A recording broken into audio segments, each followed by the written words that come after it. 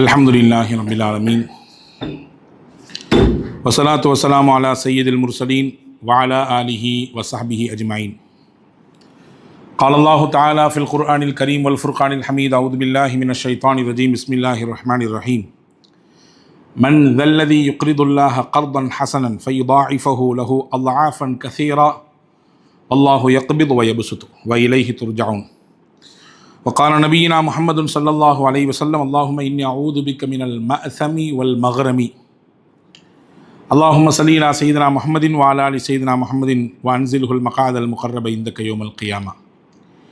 எல்லாம் வல்ல அல்லாஹுவின் திருப்பெயர் போற்றி புகழ்ந்து அண்ணல் முஹம்மது ஸல்லல்லாஹு அலைஹி வஸல்லம் அவர்கள் மீது சலாத்தையும் சலாமையும் கூறி இந்த சிறப்பு மிகுந்த ஜும்மாவுடைய அவைக்கு வருகை தந்திருக்கிற எல்லோரின் மீதும் எல்லாம் வல்ல அல்லாஹுவின் பேரருளும் பெருங்கருணையும் என்றும் நிறைவாக நின்று நிலவ வேண்டும் என்ற துவாவோடு வல்ல அல்லாஹ் நம்முடைய வாழ்நாளிலே அனைத்து விதமான வளங்களையும் பரக்கத்துகளையும் தந்து நோய் நொடி இல்லாத மருத்துவமனைகளின் பெருஞ்செலவுகள் இல்லாத நல்வாழ்வை ஆரோக்கியத்துடன் ஈமானோடும் இபாதத்தோடும் அல்லாஹ் அமைத்து தருவானாக.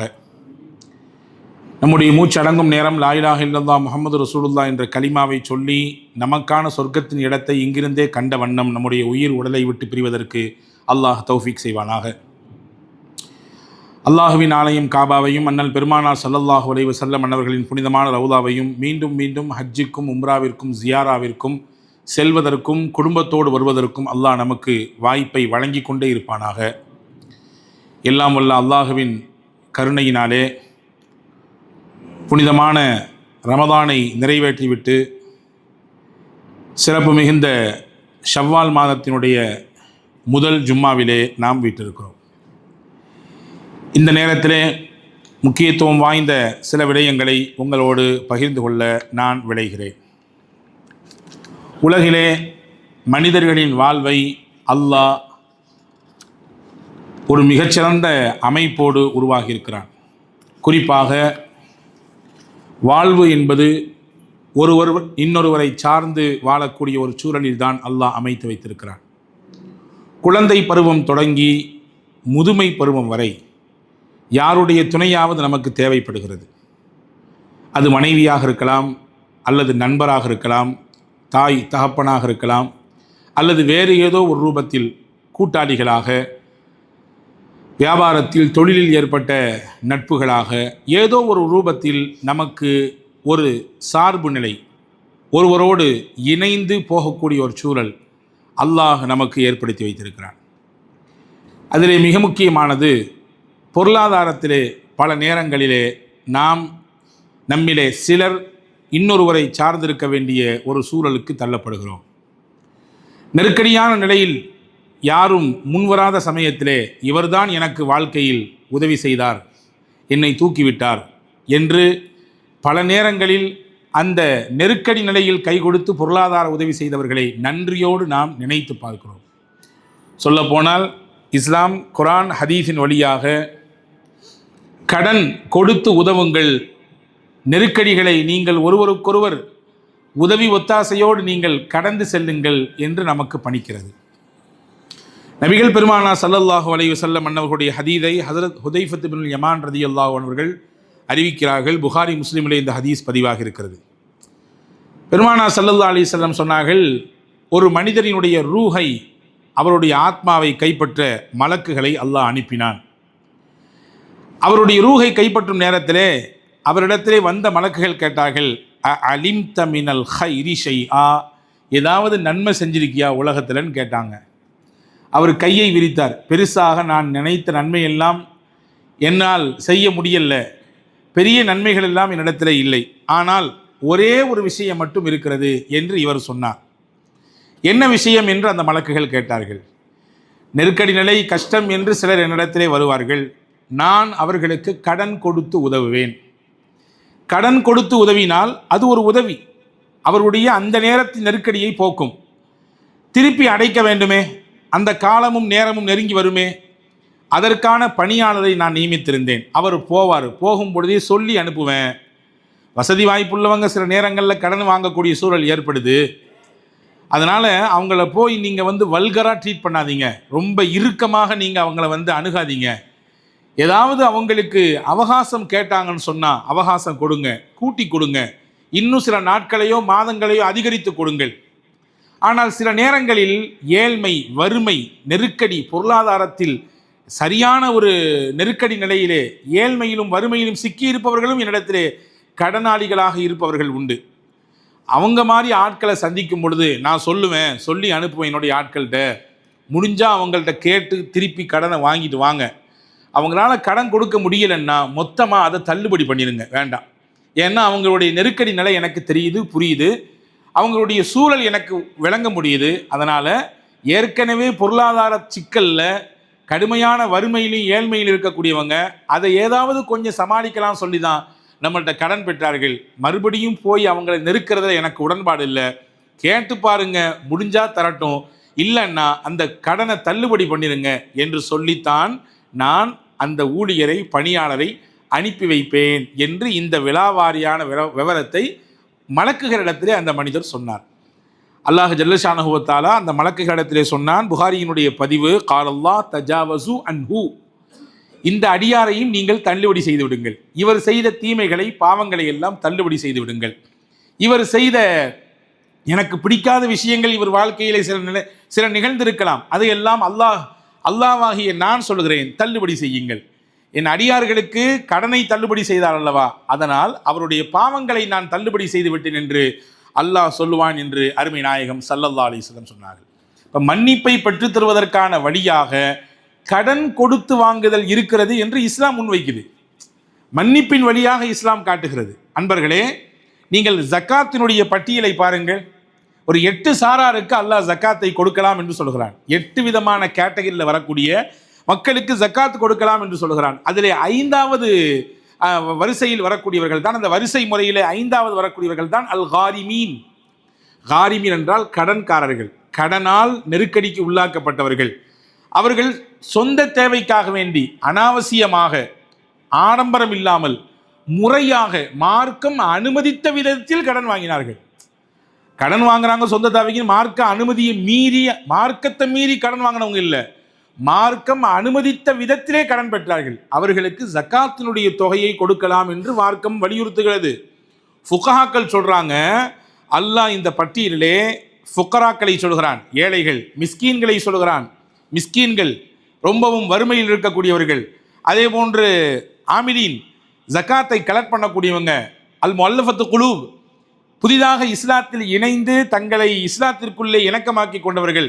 இந்த வரிசையில் உள்ளவங்கள் 5வது கேட்டகரி தான் கடனாளிகள். ஆனால் இந்த 4ஐயும் தாண்டி இந்த 5வது மக்களுக்கு, கடனாளிகளுக்கு உங்கள் ஜக்காத்தை கொடுக்கலாம், ஏழைகளுக்கு கொடுக்கலாம், அவங்களுடைய பசி ஆத்திரத்துக்கு, அவங்களுடைய அந்த உணவு தேவைக்கு, அவர்களுடைய வறுமையை போக்குவதற்கு, அதுவும் அவசியமானது தான். ஆனால் அதை விட அவசியமானது, கடன் பெற்று அவன் பசியோடு இருப்பான், தன்மானத்தையும் இழந்து நிற்பான், பல நேரங்களில் அவனுடைய மானம் பறிபோகக்கூடிய சூழலெல்லாம் ஏற்படும். அதையெல்லாம் பாதுகாக்க வேண்டிய கடமை மூமின்களுக்கு இருக்குது. அதனால உங்கள் ஜக்காத்தை இப்படி நீங்கள் மடைமாற்றம் செய்யலாம் என்று மார்க்கம் அனுமதிக்கிறது. அன்பர்களே, எனவே தான் நான் சொன்னேன், மார்க்கம் அனுமதித்த முறையில் ஒருவர் கடன் பெற்றிருந்தார் என்றால், அந்த கடனை அடைக்க முடியாமல் தத்தளித்துக் கொண்டிருந்தார் என்றால், அவரை முன்னிலைப்படுத்தி ஜக்காத்தை வழங்கி அந்த கடனிலிருந்து அவரை வெளியே கொண்டு வர வேண்டும் என்று மார்க்கம் சொல்கிறது.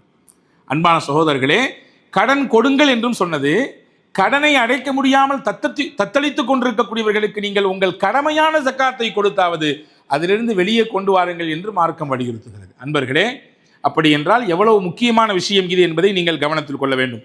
சஹீஹுல் புகாரியிலே ஒரு ஹதீஸ் பதிவாக இருக்கிறது. சையதுனா அபூ ஹுரைரா ரலியல்லாஹு அன்ஹு அவர்கள் அறிவிக்கிறார்கள், வெளியூருக்கு ஒருவர் போனார். போனவர் கையில் கொண்டு போன காசெல்லாம் தீர்ந்து போனது.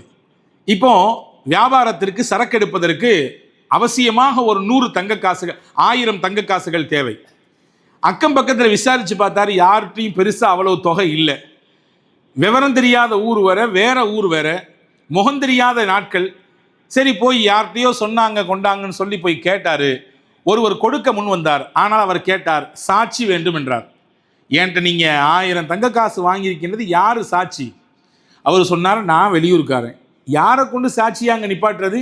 கஃபா பில்லாஹி கஃபீலா, கஃபா பில்லாஹி கஃபீலா, அல்லாஹ் தான் சாட்சி, அல்லாஹ்வை சாட்சியாக வைத்து தான் உன்னிடத்திலே கேட்கிறேன் என்று சொன்னார். அடுத்து கேட்டார், சரி சாட்சி தான் இல்லை, நீங்க கொடுக்க முடியாட்டி அந்த இடத்துல இருந்து கொடுக்கறதுக்கு ஒரு ஆள் வேணுமல்ல, பொறுப்பாளர், அவரையாவது காட்டுங்க. உங்களால் கொடுக்க முடியலன்னா உங்க இடத்துல இருந்து கொடுக்கறதுக்கு ஒரு பொறுப்பாளர் வேண்டுமே, அவரை காட்டுங்கன்னா. அவர் சொன்னார், கஃபா பில்லாஹி வக்கீலா, அல்லாஹ் தான் பொறுப்பாளர். நான் யாரை கொண்டு பொறுப்பாளராக நீங்க நியமிக்க முடியும்? என் குடும்பத்துக்காரங்களோ எனக்கு தெரிஞ்சவங்களோ நெருக்கமானவங்களோ யாருமே இங்கே இல்லையே, அல்லாஹ்வை தான் பொறுப்பாளராக வைக்கிறேன். அல்லாஹ்வின் தூதர் ஸல்லல்லாஹு அலைஹி வஸல்லம் சொன்னாங்க, அந்த மனிதர் இந்த 2 வார்த்தையை கேட்டவுடன் கையில் இருந்த காசை அப்படியே பேசாமல் கொடுத்து விட்டார்.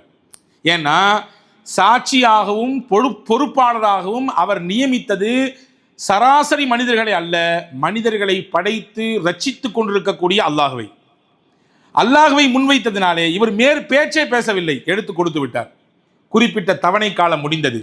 கடனை வாங்கியவருக்கும் கொடுக்க வேண்டும் என்ற சிந்தனை இருந்தது, கொடுத்தவருக்கும் திருப்பி வரும் என்ற நம்பிக்கை இருந்தது. ஆனால் இன்றைய காலகட்டத்தில் ரெண்டுமே இல்லைன்றீங்களா? வாங்கினவங்களுக்கும் திருப்பி கொடுக்கணும் சிந்தனை இல்லை, கொடுத்தவங்களும் இது திருப்பி வருமா வராதா, வந்தால் கணக்கில் ஏற்றிக்குவோம், வரலன்னா விட்டுருவோம் அப்படின்ற நிலைப்பாட்டில் நிறைய இருப்பதை பார்க்கிறோம் இல்லையா? இந்த 2 நிலைப்பாட்டையும் கடந்து கொடுத்தவரும் திரும்பி வரும் நம்பினார், வாங்கியவரும் திருப்பி அடைக்க வேண்டும். காரணம் அல்லாஹ் முன் வச்சு வாங்கியிருக்கோம், அல்லாஹ்வை முன்வைத்து வாங்கியிருக்கிறோம். அல்லாஹ்வை முன்வைத்து ஒரு செயலை செய்தால் அதில் ஏதாவது குறை அல்லாஹ் கண்டுபிடித்து விட்டால் நாளைக்கு அவனுடைய கோர்ட்டில் நிற்கணுமே. இங்கே எல்லாத்தையும் தட்டி விட்டு போயிடலாம், இங்கே எல்லாத்தையும் அழிச்சிடலாம், இங்கே சாட்சிகளை எல்லாம் தனக்கு சாதகமாக மாற்றிடலாம், இங்கே நிறைய நிறைய நிறைய நிறைய நிறைய மாற்றிடலாம், நிறைய பித்தலாட்டங்கள் செய்து விடலாம். அல்லாஹ் நீதிமன்றத்தில் எதையும் மாற்ற முடியாது. அவனிடத்திலே நாம் குற்றவாளிகளாக நிற்போமே, அந்த கூண்டில் வந்து நமக்கு யார் சாட்சி போடுவார், யார் நமக்கு பாதுகாப்பு குரல் கொடுப்பார், யார் அபயம் கொடுப்பார் என்ற அக்கறையும் சிந்தனையும் அந்த மனிதருக்கு இருந்தது. வந்தார், கடலை கடந்து போகணும், போதிய போக்குவரத்துக்கான சாதனங்கள் எதுவுமே இல்லை.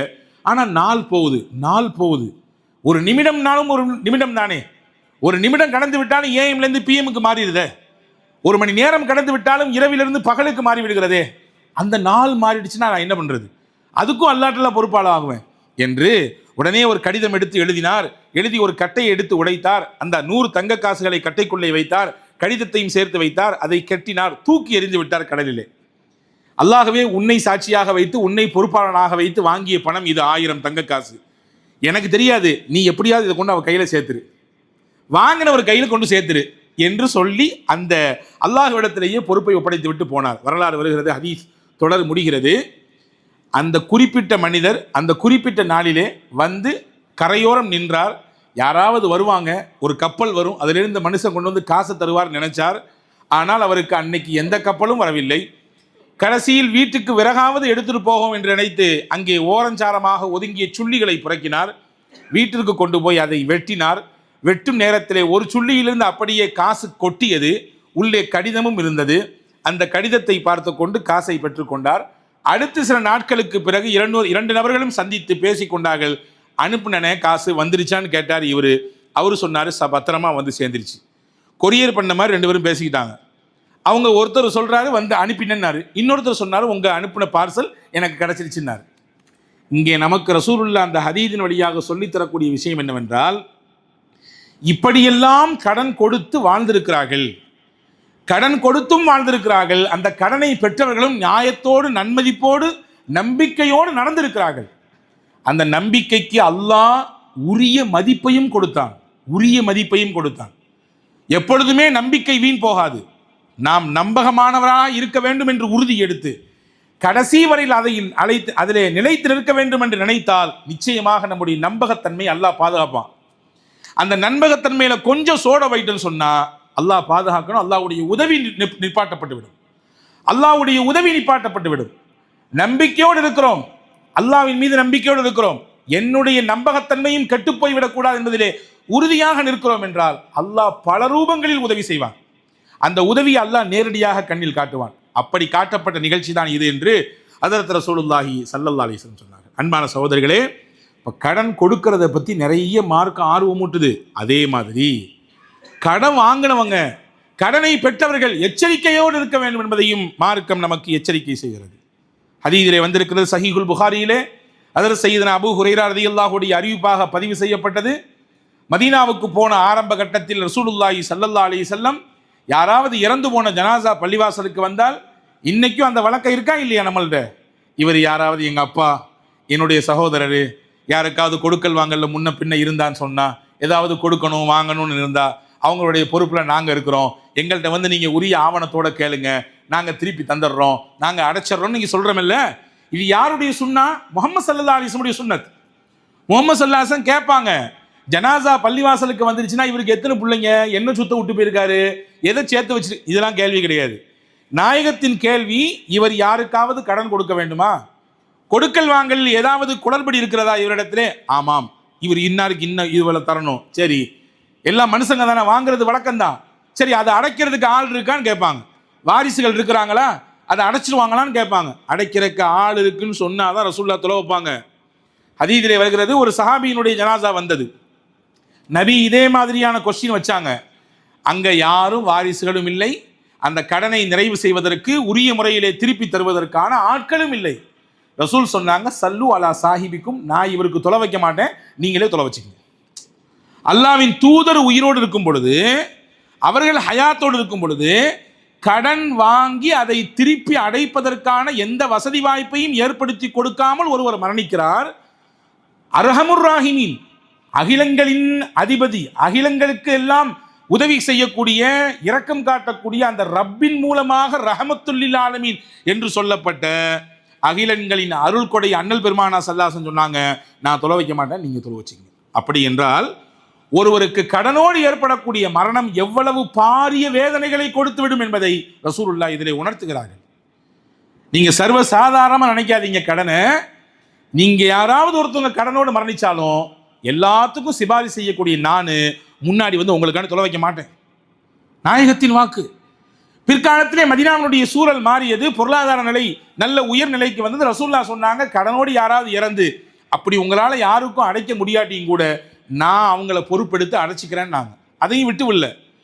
அந்த மாதிரியான சிச்சுவேஷன் மாறும் பொழுது பொருளாதாரத்தில் நிறைவான தன்னிறைவை அல்லாஹ் அந்த மக்களுக்கு வழங்கிய பின்னால் ரசூலுல்லாஹ் இப்படி சொன்னதாகவும் வரலாற்று குறிப்பு இருக்கிறது. ஆக மொத்தத்தில் பெருமானாரின் எச்சரிக்கை இதிலே கவனிக்க வேண்டியது. நசாயி ஷரீஃபிலே ஒரு ஹதீஸ் வந்திருக்கிறது. சையதுனா முஹம்மது இப்னு ஜஹ்ஷ் ரலியல்லாஹு அன்ஹு என்ற சஹாபி அறிவிக்கிறாங்க, நாங்கள்லாம் ரசூலுல்லாஹ் கூட உட்கார்ந்துருந்தோம். நபியோடு உட்கார்ந்து இருக்கும்போது திடீர்னு ரசூலுல்லாஹ் அப்படி தலை நிமிந்து வானத்தை பார்த்தாங்க. தலை நிமிந்து வானத்தை பார்த்தாங்க. பார்த்த ரசூலுல்லாஹ் டக்குன்னு கீழே தலையை தொங்க போட்டுக்கிட்டாங்க.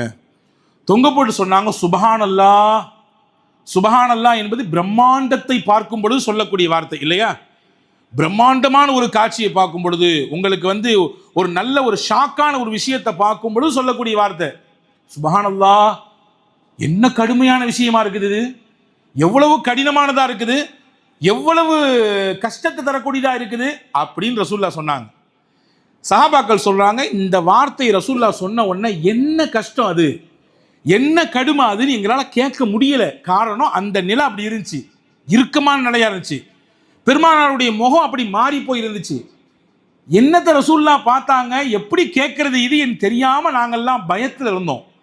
மறுநாள் வந்துச்சு, ரசூலுல்லாஹ்ட்ட கேட்டோம், நபியே நேத்து திடீர்னு வானத்தை நோக்கி தலையை உயர்த்தி பார்த்துட்டு சுப்ஹானல்லாஹ் எம்புட்டு பெரிய கஷ்டம், எம்புட்டு பெரிய நெருக்கடின்னு சொன்னீங்களே, அது என்ன நெருக்கடி நபியே சொல்லுங்களேன்னு சொன்னோம். அல்லாஹ்வின் தூதர் ஸல்லல்லாஹு அலைஹி வஸல்லம் சொன்னார்கள், நசாயில இமாம் நசாயி பதிவு செய்கிறாங்க, அல்லாஹ் ஒரு மனிதனுக்கு வாழுகிற வாய்ப்பை தந்து இறை பாதையிலே போராடுகிற ஷஹீதாகிற வாய்ப்பையும் தந்தா. அவர் போராடி ஷஹீத் ஆயிட்டாரு. மறுபடியும் அந்த மனுஷனுக்கு உயிரை கொடுத்தா. மறுபடியும் அல்லாஹ்வுடைய பாதையில் போராடி ஷஹீதானாரு. மறுபடியும் அல்லாஹ் வாய்ப்பை கொடுத்தா. மறுபடியும் அல்லாஹ்வுடைய பாதையில் போராடி ஷஹீதானார். எத்தனை தடவை ஆச்சு? 3 வாழ்க்கை, 3 ஷஹீதுங்க. 3 தடவை அல்லாஹ் வாழ்க்கையை கொடுத்தா, 3 தடவை ஷஹீதாகக்கூடிய எவ்வளவு கவனத்தோடு நாம் உன்னிப்பாக கவனிக்க வேண்டிய செய்தி என்பதை எனக்கு நான் சொல்லுகிறேன்.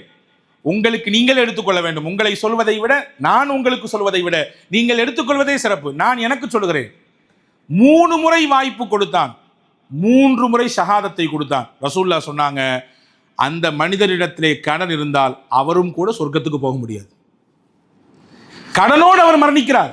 ஷஹீது சாதாரண ஒரு விஷயம் கிடையாது. வலா தஹ்ஸபன்னல்லதீன குதிலூ ஃபீ ஸபீலில்லாஹி அம்வாதா. அல்லாஹ் அல் குர்ஆனிலே சொல்கிறான், சூரா ஆலு இம்ரானிலே பதிவு செய்யப்பட்ட ஒரு வசனம் இது. நீங்கள் அல்லாஹ்வின் பாதையில் ஷஹீதானவர்களை பார்த்து மௌத்தாக்கள் நினைச்சுக்காதீங்க. அவங்க மௌத்தால ஆகல, பல்லஹியாஉன் இன்த ரப்பிஹிம் யுர்ஸகூன். அவர்கள் ஹயாத்தோடு இருக்காங்க, அல்லாஹ் அவங்களுக்கு ஒரு ரிஸ்க கொடுத்துட்டு இருக்கான்றான் அல்லாஹ் குர்ஆன்ல. அவங்க மூத்தா போல இறந்து போயிட்டாங்கன்னு சொல்ல வேண்டாம், ஷஹீதுன்னு தனி கேட்டகரி இருக்குது. அவங்க இறந்தாலும் நம் கண்களுக்கு தெரியாமல் வாழுகிறார்கள் என்று குர்ஆன் சொல்கிறது. அப்படிப்பட்ட அந்தஸ்து ஒரு தடவை இல்லை 3 தடவை அல்லாஹ் கொடுத்தான் ஒரு மனுஷனுக்கு. ஆனா அவர்கிட்ட கொஞ்சோண்டு கடன் இருந்துச்சு, கொடுக்க வேண்டிய ஆளுக்கு அவர் சரியா கொடுக்கல.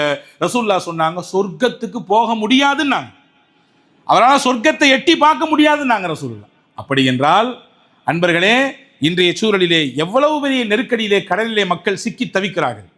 எதற்கெடுத்தாலும் கடன், எங்கே தொட்டாலும் கடன், ஆடம்பரத்திற்கு கடன், அவசிய தேவைக்கு கடன் என்பது மாதிரி ஆடம்பரத்திற்கு கடன், வசதி வாய்ப்புகளை பெருக்கிக் கொள்வதற்கு கடன், தேவைக்கு கடன் என்பதை மாறி தேவைக்கு அதிகமான ஆசைக்கு கடன், எங்கே திரும்பினாலும் கடன், ஜீரோ காஸ்ட், அப்படி இப்படி என்று ஏதோ ஒரு வகையிலே கடனில் சிக்கி சீரழியக்கூடிய நிலையை நாம் பார்க்கிறோம். அன்பர்களே, உங்களுக்கு தெரியலாம், இந்த ரமதானில் நடந்த ஒரு வருந்தத்தக்க விஷயம். 2 ஆங்கிள் அதை பார்க்கணும், 2ஐயும் சொல்றேன். இந்த சென்னையிலே உள்ளவர்கள் தான் திசையன் வலை பக்கத்திலே போய் குடும்பத்தோடு கணவன் மனைவி 2 பிள்ளைகள் சுத்தி வந்து ஏதோ கடன், பெரிய கடனை சிக்கி ஊர்ல அடைக்கலம் இல்லாம ஆதரவு இல்லாம யாரும் அவங்கள அரவணைக்கிறதுக்கு முன் வராம கடைசியில இருந்து என்ன புண்ணியம் அப்படின்னு போய் அவங்க போன கார்ல ஏட்டு பெட்ரோலை மேலே ஊற்றிக்கிட்டு காருக்குள்ளே உட்காந்துட்டு அப்படியே தீயை பற்றி மொத்த குடும்பமும் அப்படியே கருகி சாம்பலானது. அன்பர்களே, ரமதானில் நடந்த விஷயம் இது. 2 குழந்தை, ஒரு பிள்ளைக்கு ஒரு 11 வயசு இருக்கும், இன்னொரு பையனுக்கு ஒரு 13-14 வயசு இருக்கும். இந்த காட்சி, அந்த 2 பிள்ளைங்களும் அம்மா அப்பா போகிறாங்களே என்ன பண்ணுறது, நம்ம இருந்து அந்த அம்மாவை கட்டி பிடிச்சிட்டு அப்படி கருகி மட்டையாகி அப்படி அந்த காருக்குள்ளே கிடக்கிறது. அந்த பிள்ளைங்களுக்கு என்ன செய்யுதுன்னு தெரியல, என்ன பண்ணுறது, அத்தாவும் இல்லை அம்மாவும் இல்லை, நம்ம மட்டும் என்ன செய்யறது, சரி அப்பா உங்களோட நானும் வந்துடுறேன். யாரை குறை சொல்ல, கடன் வாங்கியவர்களையா அல்லது கடனை திருப்பி அடைக்க முடியாத அளவிற்கு பாரத்தை தூக்கி வைத்த அந்த இறந்து போனார்களே அந்த குடும்பத்தையா, இவங்களை கண்டும் காணாம இருந்த சமூகத்தையா, அல்லது நீங்கள்லாம் எங்கள் பக்கத்தில் வராதிங்க, காசு இருந்தால் தான் உங்களெல்லாம் மதிப்போம், இல்லையா நீங்கள் எட்டி கூட பார்க்காதீங்க அப்படின்னு சொன்ன உறவுகளையா, அல்லது ஊரையா, ஜமாத்தையா, யாரை சொல்ல குற்றம்? இப்போ நான் கேட்குறேன், இறந்து போன அந்த ஆணுக்கும் பெண்ணுக்கும் தாய்க்கும் தகப்பனுக்கும் ஏதோ தெரியும், ஆனால் அந்த பச்சை குழந்தைகள் இன்னும் பருவத்தை கூட அடையாத அந்த பிள்ளைகளுக்கு என்ன தெரியும்? அன்பர்களே, கடனின் ஆபத்து கொடியது. எனவே தான் ரசூலுல்லாஹ் கொடுத்து ஹெல்ப் பண்ணாங்க. கடனாளிகளை கூப்பிட்டு முன்னாடி உட்கார வச்சு அவங்கள முறையாக கடன் பெற்றிருந்தால், மார்க்கம் அனுமதித்த ரீதியிலே அவர்கள் கடன் பெற்றிருந்தால் அதிலிருந்து வெளியேற்றுவதற்கான முயற்சிகளை செஞ்சாங்க. பிலால் ரலியல்லாஹு அன்ஹு ரசூலுல்லாஹ் ஏதாவது பிறருக்கு உதவி செய்ய வேண்டும், நெருக்கடியான நிலை என்றால் ரசூலுல்லாஹ் பிலால் ரலியல்லாஹு சொல்லுவாங்க. பிலால் ரலியல்லாஹுக்கு நிறைய அறிமுகங்கள் உண்டு, முஸ்லிம்கள் வட்டத்திலும் இஸ்லாத்தின் அல்லாத இதர சமூக மக்களுக்கு நிறைய பழக்க வழக்கம் உண்டு. அதனால பிலால் ரலியல்லாஹு சீக்கிரமா போய் யார்ட்டையாவது ஏதாவது கைமாத்து வாங்கிட்டு வந்து கொடுத்துருவாங்க. ரசூலுல்லாஹ் சொந்த தேவைக்கு வாங்க மாட்டாங்க, வேற ஏதாவது சமூக முன்னேற்றம் சார்ந்த விஷயம். நாயகத்தினுடைய சிறப்பான எண்ணங்கள் எல்லாமே சமூக முன்னேற்றம் தான். சுய லாபத்தெல்லாம் தூக்கி வச்சிருவாங்க வாரத்தில். இன்னைக்கு நம்மிலே சிலருக்கு எப்பொழுதும் சுயலாபம் மட்டுமே முன்னால் இருக்கிறது, சமூக முன்னேற்றமோ சமூகத்தினுடைய உயர்வை குறித்தோ எந்த சிந்தனையும் எப்பொழுதும் கிடையாது. நாங்கள் அந்த வட்டத்திற்கே வரமாட்டோம் என்று சொல்பவர்களும் உண்டு, இல்லையா? ரசூலுல்லாஹ்வின் சிந்தனை எப்பொழுதுமே சமுதாயம் தான், உம்மத்து உம்மத்து உம்மத்து. அந்த உம்மத்தில் உள்ளவர்கள் தான் நாம். நமக்கும் அந்த தலைவரின் சிந்தனை வர வேண்டாமா? அந்த பெருமானாருடைய வழிகாட்டுதல் நமக்கும் உள்ளே ஏற வேண்டாமா? நமக்கும் அவர்களுடைய நிலைப்பாட்டை கடந்து நாம் செல்ல வேண்டாமா? அன்பர்களே, பெருமானார் ஸல்லல்லாஹு அலைஹி வஸல்லம் ஏதாவது சமுதாய முன்னேற்றம்னா பிலால் தான் சொல்லுவாங்க, உடனே வாங்கி கொண்டு கொடுத்துருவாங்க. ஒரு நாள் அப்படி தான் சொன்னாங்க, வாங்கி கொண்டு கொடுத்துட்டாங்க. வாங்கினவர் யார் அப்படின்னா, அந்த கடனை வாங்கினவர் ஒரு முஷ்ரிக்கிட்ட வாங்கினாங்க, ஒரு இணை வைப்பாளர் இடத்துல வாங்கினார். ஒரு மாத கால தவணை கொடுத்தார். ஆனால் ஒரு 4-5 நாள் கழிஞ்ச, அபூதாவுல இந்த ஹதீஸ் வருகிறது, ஒரு 4-5 நாள் கழிஞ்ச பின்னாடி பிலால் ரலியல்லாஹு ஒரு கூட்டமாக ஒரு இடத்துல நிற்கும் பொழுது அந்த இடத்துக்குள்ள வந்த இந்த இறை மறுப்பாளர் சத்தம் போட்டு வர்றாரு. என்ன சத்தம்? ஏ கருப்பா, இப்படி ஹபஷா, யா ஹபஷா, யா ஹபஷான்னா இப்படி கருப்பினத்தை சேர்ந்தவனே, நிறத்தால் ஒதுக்கி வைக்கப்பட்ட ஒரு இடத்திலிருந்து இஸ்லாத்திற்கு வந்ததற்கு பிறகு அவர் உயர்ந்தார், அது இஸ்லாத்தின் பார்வை. ஆனால் இஸ்லாத்துக்கு வராமல் இன்னும் வெளியே நிற்கிறவங்க அவரை அப்படிதான் பார்த்தாங்க, கருப்பராகத்தான் பார்த்தார்கள். ஏ கருப்பா, என்னிடத்துல காசு வாங்கினிய திருப்பி தர வேண்டாம், அக்கறை இல்லை என்று அவர் மிரட்டுகிறார். அந்த மிரட்டலிலே பிலால் ரலியல்லாஹுவுக்கு கொஞ்சம் அவமானமாகி போனது. 4 பேத்துக்கு முன்னாடி வச்சு ஒரு விஷயத்தை பேசுறதுக்கும் 4 சோத்துக்கு மத்தியில் வச்சு பேசுறதுக்கு வித்தியாசம் இருக்குமா இல்லையா? எனவே தான் ரசூலுல்லாஹ் சொன்னாங்க, ஒரு விஷயத்தை நீங்க மாத்தணும்னு ஆசைப்படுறீங்களா, 4 பேத்துக்கு முன்னாடிலாம் வச்சு பேசாதீங்க. உங்களுக்கு இருக்கலாம் அதிகாரம், உங்களுக்கு இருக்கலாம் பவர், நீங்க தான் கம்பெனியினுடைய எம்டியா இருப்பீங்க, அல்லது நீங்க தான் உங்க கையில தான் எல்லாம் இருக்கும். இருக்குன்றதுக்காண்டி 4 பேத்துக்கு முன்னாடி வச்சுனா ஒருத்தர் அவமானப்படுத்தாதீங்க, அவருடைய தன்மானத்தை சீண்டாதீங்க, கூப்பிட்டு உட்கார வச்சு 4 சோத்துக்கு மத்தியில் பேசுங்க. இந்த வார்த்தை பிலால் ரலியல்லாஹு அப்படி கூனி குறுக்கிட்டாங்க. எல்லாத்துக்கும் முன்னாடி வச்சு இப்படி கேட்டு போட்டாரு, காசை தருவியா மாட்டியா அப்படின்னு மிரட்டுறாரு. அந்த மிரட்டல் தன்மானத்தை இழக்கக்கூடிய சூழலாக ஹஜ்ரத் பிலால் ரலியல்லாஹு உணர்ந்தாங்க. ரசூலுல்லாஹ்ட்ட போனாங்க, இஷா தொழுது முடிச்சு ரசூலுல்லாஹ்ட்ட போனாங்க, யார் ரசூலுல்லாஹ், நான் என் சொந்த தேவைக்காண்டி காசை வாங்கல, ஆனால் நீங்கள் கேட்டீங்க மார்க்கத்தினுடைய முன்னேற்றத்திற்கு சில பல உதவிகளுக்காக நீ கேட்டீங்க, இவர்கிட்ட வாங்கி கொடுத்தேன், ஆனால் என்னை கொச்சப்படுத்திட்டாரு, என்னை பேசின பேச்சு எனக்கு பயத்தை ஏற்படுத்திச்சு, நான் ஊரை விட்டு காலி பண்ண போகிறேன், இந்த ராத்திரி நான் போயிடுறேன். யார் ரசூலுல்லாஹ், ஏதாவது அன்பளிப்புகள் வந்தால், அல்லாஹ்வுடைய புறத்திலிருந்து உதவிகள் வந்தால், நீங்கள் எனக்கு பகரமாக இருந்து இந்த மனிதரிடத்தில் அந்த கடனை கொடுத்து முடிச்சிடுங்க. இந்த செய்தியை கேள்விப்பட்ட பின்னால் நான் ஊருக்கு வரேன். தலகாட்ட முடியல, கடனாளிகள் ஊருக்குள்ளே தலகாட்ட முடியாது, எங்காவது அவமானப்படுத்திடுவானோ, கடன் கொடுத்தவன் வந்து பொருளை எடுத்து வெளியே போட்டு விடுவானோ, 4 பேருக்கு முன்னால் வைத்து அவமானகரமான பேச்சையை பேசிடுவானோ என்ற அச்சம் இருக்குமா இல்லையா? நான் ஊரை விட்டு காலியாயிருன்னு போறாருங்க. இஷா தொழுவச்சி முடிச்சுட்டு போனவங்க காலை ஃபஜருடைய சமயத்தில் ரசூலுல்லாஹ் வந்து சொல்லிட்டு அப்படி கிளம்பிட்டார். கொஞ்சம் தூரம் போனதுக்கு பின்னாடி ரசூல் ஸல்லல்லாஹு அலைஹி வஸல்லம் ஒருத்தரை சொல்லி, பிலால் போய்கிட்டு இருக்காரு, வழியில் பிடிச்சி கூட்டு வாங்கன்னாங்க. பிலால் ரலியல்லாஹு கூட்டு வந்து ரசூல் ஸல்லல்லாஹு அலைஹி வஸல்லம் முன்னாடி நிப்பாட்டப்பட்ட உடனே ரசூலுல்லாஹ் சொன்னாங்க, உங்களுடைய அந்த தன்மானத்தை அவரை சீண்டிட்டாரு, கடனை கொடுக்க முடியலையேன்னு சொல்லி வருத்தப்பட்டீங்கல்ல, அல்லாஹு தாலா ஃபதக் மன்னர் ஒரு மன்னர் இருந்தார், அவர் புறத்திலிருந்து ஒரு அன்பளிப்பை நமக்கு அல்லாஹ் கொடுத்துட்டான். இப்போ நீங்கள் கொடுத்தரணுன்ற சிந்தனை இருந்துச்சு உங்களுக்கு, நம்ம அதனால் வந்து நம்முடைய தன்மானத்தை இழக்கக்கூடாது, உரிய நேரத்தில் கொடுத்தரணும். 1 மாதம் தவணை கொடுத்தான், ஆனால் 4 நாளில் வந்து அவன் அவமானகரமாக கேட்குறான், அவன் எல்லையை மீறி நம்மள்கிட்ட பேசுகிறான், ஆனால் கொடுத்தரணும்னு என்ன இருந்துச்சுல்ல, அல்லாஹ் கொடுத்துட்டான். இந்த நிற்கிது பாருங்கள் ஒட்டகம், 4 ஒட்டகம், அதுக்கு மேலே இருக்கக்கூடிய சரக்கு எல்லாம் அல்லாஹ் கொடுத்தது, கொண்டு போங்க, அந்த ஆளுக்கு எம்பிட்டு கொடுக்கணுமோ கொடுத்துட்டு மிச்சத்தை கொண்டு வாங்கன்னாங்க. கொண்டு போனார் பிலால் ரலியல்லாஹு அன்ஹு, கொடுத்தார். மிச்சம் இருக்கிற ரசூலுல்லாஹ் கேட்டாங்க, ஆமையா ரசூலுல்லாஹ் இருக்குது என்று சொன்னார். அதற்கு பிறகுதான் பெருமானார் பள்ளிவாசலை விட்டு வீட்டுக்கு சென்றார்கள். அதுவரை வீட்டுக்கு கூட போகவில்லை. ஒரு விஷயத்தில் பொறுப்பெடுத்து விட்டோம், நம்மால் ஒருவர் சிரமப்படுகிறார், ஊரை விட்டு காலியாகிறார், அந்த நிலையை மாற்றாமல் நான் என் வீட்டுக்குள்ளே போக மாட்டேன் என்று பெருமானார் உறுதியோடு நின்றார்கள். இன்னைக்கு எத்தனை பேருக்கு அந்த உறுதிப்பாடு இருக்குது?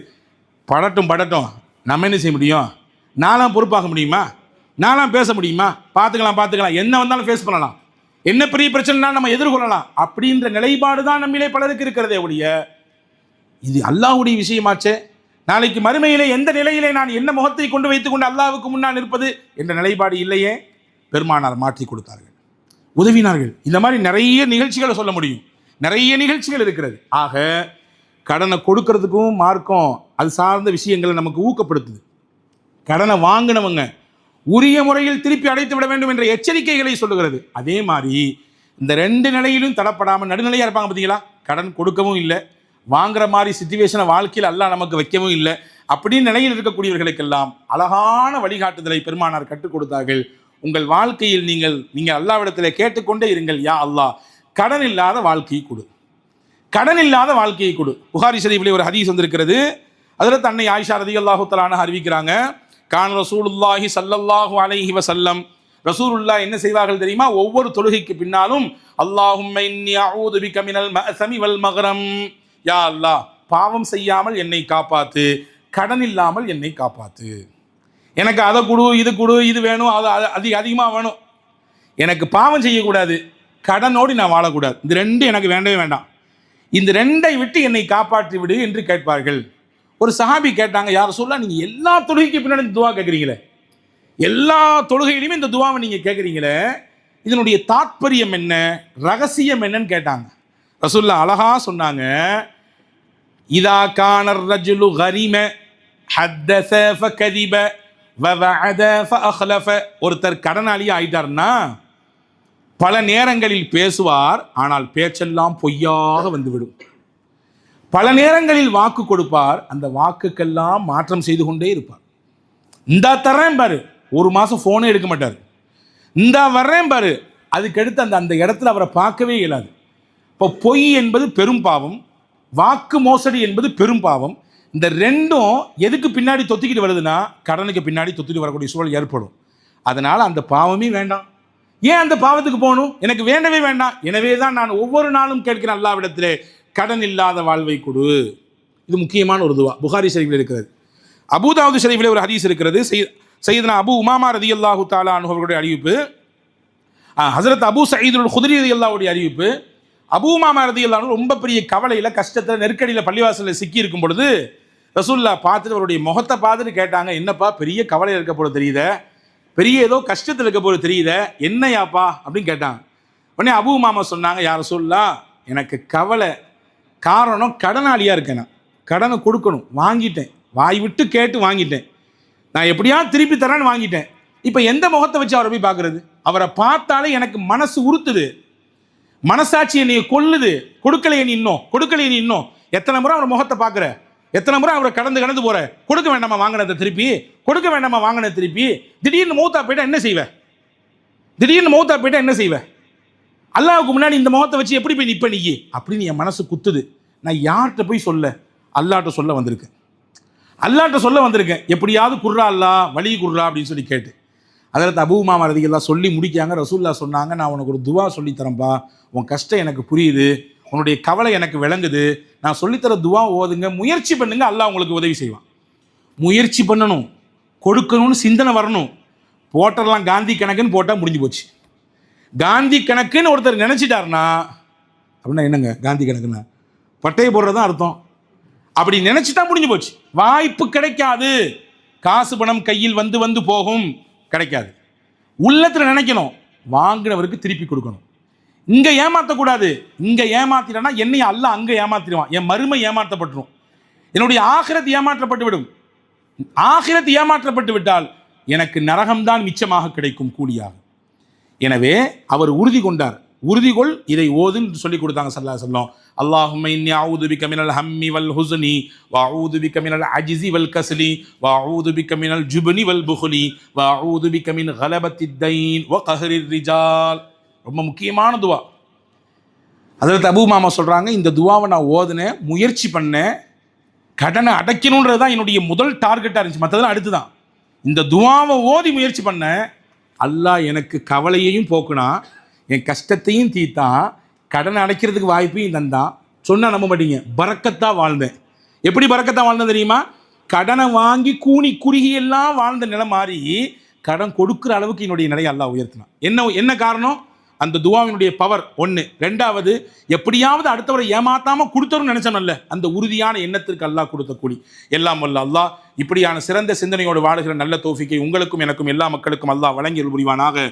வாழும் காலம் வரை யாரிடத்திலும் எந்த சந்தர்ப்பத்திலும் கடன் நெருக்கடியோடு தத்தளிக்கக்கூடிய சூழலிலே வாழ விடாமல் தான் நம் எல்லோரையும் காத்து ரட்சிப்பானாக.